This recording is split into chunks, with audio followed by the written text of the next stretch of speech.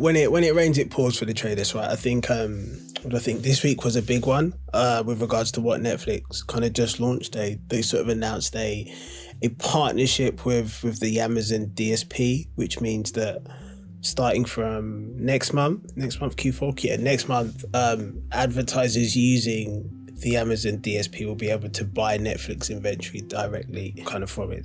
That's huge, right? And I think you got the impact of that through the market's reaction to it, right? The Trade Desk stock dropped about 7% after the news broke, largely because the assumption is that it gives Amazon another advantage in the kind of programmatic race, against it. And how much of the hits that the Trade Desk has been taking this year have been a result of the Trade Desk overreaching, getting a little more aggressive in some of its demands? And how much of this was kind of inevitable that once Amazon's DSP got its act together, that was going to come at a cost to the Trade Desk? I don't think in the short term, this Amazon Netflix deal, it will be catastrophic for the kind of Trade Desk, right? And the Trade Desk still controls a lot of media spend, especially through its kind of strong agency and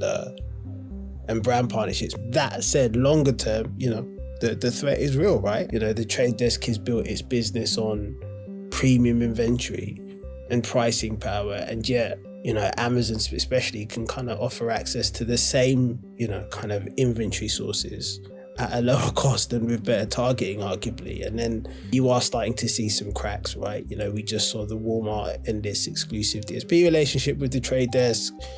If other big retailers follow, that puts a dent in one of the Trade Desk's biggest growth narratives in retail media. On top of that, I'm hearing murmurs of procurement teams pushing back on just how expensive the Trade Desk platform can kind of get, because it's often said, right, that the take rate is 20% of has been, but once you layer in all the bells and whistles, the data, the bidding, the optimizations, etc., that can creep up to 30%, I've heard. I think the other point that really doesn't maybe get covered enough, but is definitely worth keeping an eye on is the kind of tension on the supply side, right, which the kind of media team covered off extensively this week. This idea that SSPs and publishers aren't thrilled with the Trade Desk either. For more, check out this article on Digiday.com.